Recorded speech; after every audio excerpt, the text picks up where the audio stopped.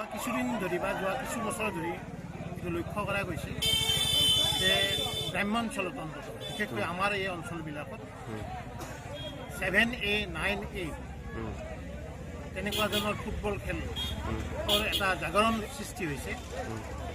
তাতকৈ ভাল লগা কথা হৈছে যে আধুনিক যুগত বৰ্তমান খালী ভৰিৰে ফুটবল খেলাৰ যিটো প্ৰৱণতা আমাৰ যুৱকসকলৰ মাজত দেখা দিছে, এইটো এটা খুব লক্ষণীয় কথা।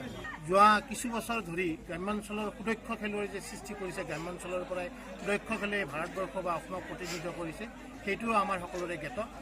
গতিকে এনেকুৱা ধৰণৰ যদি এটা জাগৰণ ছাত্ৰ ছাত্ৰী বা যুৱকসকলৰ মাজত যদি সামাজিক দায়বদ্ধতা স্বীকাৰ কৰি অনুষ্ঠানবিলাকে এনেকুৱা ধৰণৰ খেল অনুষ্ঠিত কৰে, মোৰ বিশ্বাস যে অনাগত দিনত আমি ইতিমধ্যে পোৱা খেলুৱৈ সুদক্ষ খেলুৱৈতকৈ ভাল ভাল খেলুৱৈ আমাৰ সমাজত সৃষ্টি হ'ব।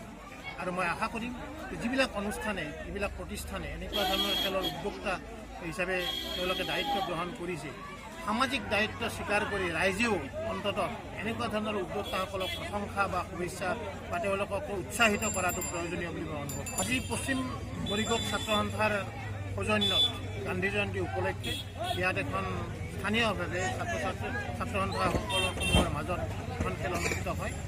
চূড়ান্ত খেলতে আজি ইয়াৰ পশ্চিম আৰু দক্ষিণ মৰিগাঁও ছাত্ৰ সন্থাৰ বিজয়ী হয়। অতি শৃংখলিতভাৱে 9A খেলখন ইয়াত অনুষ্ঠিত হ'ল। ৰাইজৰ সঁহাৰি সঁচাকৈয়ে প্ৰশংসনীয়।